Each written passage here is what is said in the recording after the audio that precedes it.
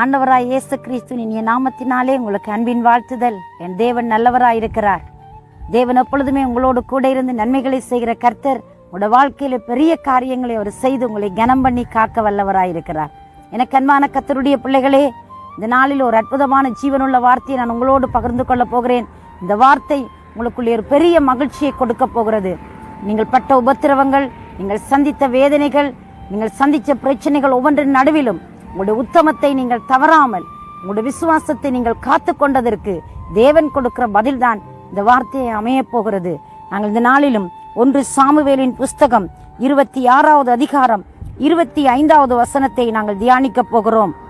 நீ ஆசீர்வதிக்கப்பட்டவன், நீ பெரிய காரியங்களை செய்வாய், மென்மேலும் நீ பலப்படுவாய் என்றான் என்று சொல்லப்படுகிறது. அன்பு பிள்ளைகளே, இந்த வார்த்தை யாரை குறித்து பேசப்படுகிறது என்றால், தாவீது என்ற தேவ மனிதனுக்கு சவுல் ராஜா சொல்லுகிற ஒரு ஆசீர்வாதமான வார்த்தை. சற்று முன்பதாக முதல் பகுதிகளிலே நீங்கள் பார்த்தால் தெரியும் எவ்வளவு போராட்டம், எவ்வளவு வேதனைகள், எவ்வளவு பிரச்சனைகள், எவ்வளவு அங்கே பயங்கரமான காரியங்கள் நடந்து கொண்டிருக்கிறது. ஆனால் இவைகள் நடுவிலே நாங்கள் பார்க்கிற பொழுது சவுல் ராஜா தாவீதை பார்த்து சொல்லுகிறார், தாவீதை நீ ஆசீர்வதிக்கப்பட்டவன், நீ பெரிய காரியங்களை செய்வாய், நீ மென்மேலும் பலப்படுவாய் என்று சொல்லி அப்படியே டோட்டலி முழுவதும் மாறி போனது. ஒரு பயங்கரமான சூழ்நிலை, கடினமான காலங்கள், 2 பேருக்கும் உள்ளே பயங்கரமான முரண்பாடுகள், எதிர்ப்புகள், போராட்டங்கள் சூழ்ந்து கொண்டிருக்கிற இந்த நேரத்திலே தாவீது என்ற மனிதன் தேவனுக்கு பயந்து, தேவன் அபிஷேகம் பண்ணப்பட்ட மனிதனுக்கு மேலே கை போடாதபடி தன்னை காத்து கொண்டதன் விளைவு தேவன் கொடுக்கிற பிரதிபலனும் தேவன் கொடுக்கிற வாக்கும் எப்படி தெரியுமா? நீ ஆசீர்வதிக்கப்பட்டவன், நீ பெரிய காரியங்களை செய்வாய், நீ மென்மேலும் பலப்படுவாய் என்பதாக எந்த எதிரியை கொல்ல வேண்டும் என்று அங்கே எதிராய் போராடி கொண்டிருந்த மனிதன் இப்பொழுது அதே எதிரான நிலையில் இருக்கிற தாவீதை பார்த்து சவுல் ராஜா சொல்லுகிறார், நீ ஆசீர்வதிக்கப்பட்டவன், நீ மென்மேலும் பலப்படுவாய், நீ பெரிய காரியங்களை செய்வாய் என்பதாக சொல்லப்படுகிறது. அன்பு பிள்ளைகளே, சூழ்நிலைகளையும் காலங்களையும் மாற்றி போடுகிற கர்த்தர் நம்மோடு கூட இருக்கிறார். உனக்கு விரோதமாய் உருவாக்கப்படும் எந்த ஆயுதங்களும் வாய்க்காதே போகும் என்று சொன்ன தேவன் இந்த நாளிலே உனக்கு விரோதமாய் வருகிற எல்லா ஆயுதங்களையும் தேவன் முறித்து போடுவார். அன்பு பிள்ளைகளே, மனிதர்கள் ஒருவேளை புரிந்து கொள்ளாத நிமித்தமாய் வன்மம், எரிச்சல், பொறாமை, இப்படிப்பட்ட காரியங்களின் நிமித்தமாய், இப்படிப்பட்ட காரியங்களினாலே உங்களை வெறுக்கலாம், உங்களை பகைக்கலாம், உங்களுக்கு விரோதமாய் செயல்படுத்தலாம். எனவே எப்படிப்பட்ட காரியங்களாய் இருந்தாலும் தேவனை நீங்கள் சார்ந்து கொண்ட ஒருவராய் இருக்கிற பொழுது, தேவனை நம்பி நீங்கள் வாழ்கிற பொழுது, அவரே உங்கள் நம்பிக்கையாய் கொள்கிற பொழுது, என் தேவன் உங்களுக்காக அனைத்து காரியங்களையும் சாதகமாக்கி கொடுக்க வல்லவராய் இருக்கலாம். அது மனுஷ சக்திகளாய் இருக்கலாம், தீய சக்திகளாய் இருக்கலாம், எதிரடியான எந்த சூழ்நிலையாய் இருக்கலாம். உங்கள் தேவன் உங்களுக்காக செயல்படுகிற நேரத்தில் எந்த எதிரியானவனும் எந்த மனிதனும் உங்கள் பக்கமாய் வரத்தக்கதாய் என் தேவனுடைய கரம் உங்களுக்காய் கிரியை செய்ய வல்லமை உள்ளதாய் இருக்கிறது. ஒருவனுடைய வழி கர்த்தருக்கு பிரியமாயிருந்தால் அவருடைய சத்துருக்களும் சமாதானம் ஆவார்கள் என்று வேதவாக்கியம் சொல்கிறது. இந்த வார்த்தை தாவீதுடைய வாழ்க்கையில் அப்படியே நிறைவேறுகிறதை நாங்கள் காணக்கூடியதாய் இருக்கிறது. இன்றைக்கு ஒருவேளை தாங்களாய் எங்களுக்கு சத்துருக்கள் ஆனார்களே, தாங்களாய் எங்களை விழுத்தாட்டும்படி போராடுகிறார்களே, எங்களுக்கு விரோதமாக செயல்படுகிறார்களே, நாங்கள் எவ்வளவு நன்மை செய்தும் எங்களுக்கென்று ஒரு நன்றி வார்த்தைகளை கூட பேசாதபடி எங்களுக்கு விரோதமாய் எதிர்த்து நிற்கிறார்களே என்று சொல்லி நீங்கள் மனம் குழம்பி போயிருக்கலாம். இந்த தாவீதுடைய வாழ்க்கையிலே தேவன் கொடுத்த வாக்கை நினைத்து பாருங்கள். வாக்கின் நிறைவேற்றுதலை அங்கே நினைத்து நாங்கள் யோசிக்கிற பொழுது தேவன் எவ்வளவு மகிமை உள்ளவர், எனக்கும் உங்களுக்கு நன்மை செய்கிறார் என்பதை குறித்து நாங்கள் உற்சாகப்பட வேண்டிய ஒரு நல்ல நேரத்திலே நாங்கள் நிற்கிறோம்.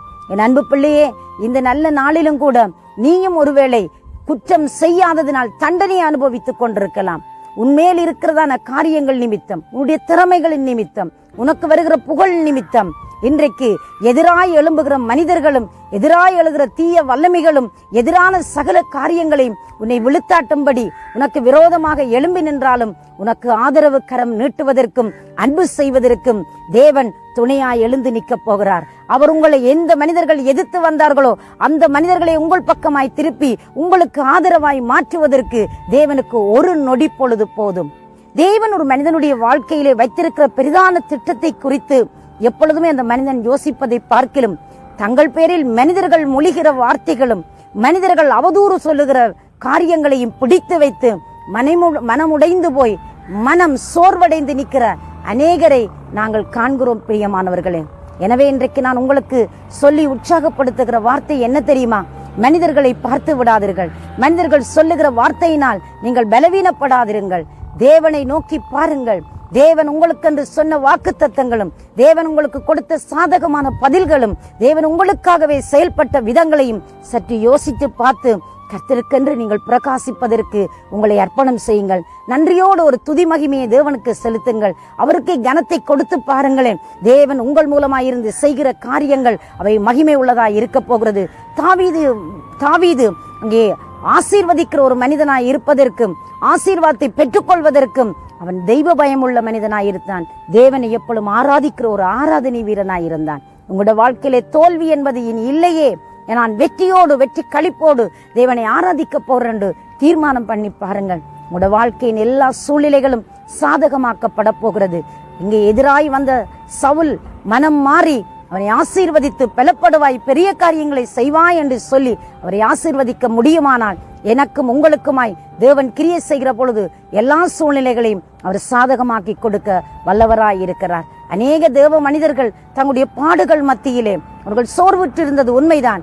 ஆனாலும் அவர்கள் சோர்ந்து கெட்டு அழிந்து போகாமல் தேவக்கரம் அவர்களை எடுத்து நிறுத்தி இன்றைக்கும் வல்லமையான காரியங்களை செய்து கொண்டிருக்கிற அநேக பக்தர்களுடைய வாழ்க்கை நாங்கள் இன்றைக்கும் பார்த்து கொண்டிருக்கிறோம். எனக்கு அன்பு பிள்ளையே, நீங்கள் நம்புகிற தேவன், இந்த தேவன் சதா காலங்களில் நம்முடைய தேவன் மரண பரியந்தம் நம்மை நடத்த வல்லவராயிருக்கிறார். உங்களுக்கென்று இதோ ஒரு ஆதரவு கரம் தேவன் பக்கமாய் நீட்டப்பட போகிறது.